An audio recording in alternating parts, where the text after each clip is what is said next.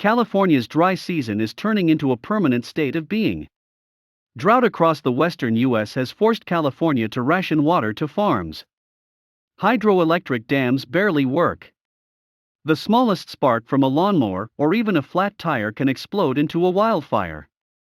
While this region has always had dry summers, they're supposed to follow a pattern that leads to relief with the arrival of the annual rainy season in November. But a break is no longer guaranteed. In fact, there are now both short and long-term factors drying out the western U.S.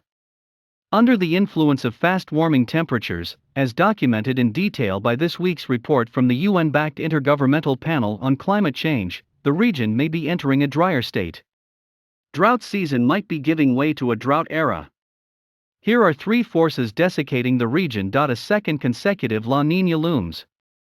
The Climate Prediction Center just issued a forecast water managers in the western U.S. didn't want to hear. The latest report, released Thursday, puts the odds in favor of a second straight year of La Niña conditions in the Pacific Ocean.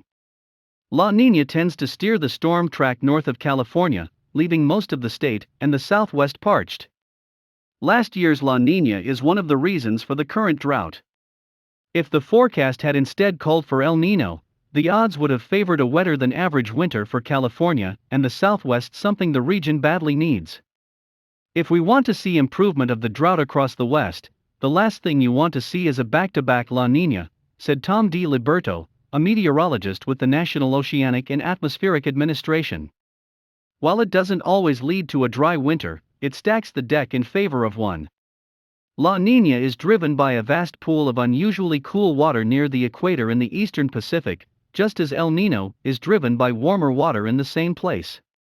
The consequences of La Niña aren't all bad, since additional storms sent into the Pacific Northwest and Western Canada will help subdue devastating wildfires there. The effects in Northern California are harder to predict. California has the highest variability in precipitation anywhere in the U.S., said Janine Jones, Interstate Resources Manager for the California Department of Water Resources. We cannot say what next year is going to be like. If the coming winter brings little rain and snow, the results will be troubling.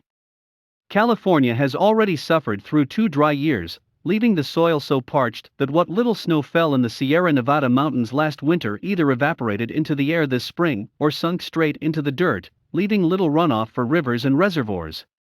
Even with average winter rain and snowfall, runoff would remain low just because the land is so dry.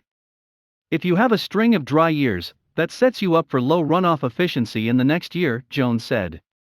It is going to take above average precipitation to get average runoff.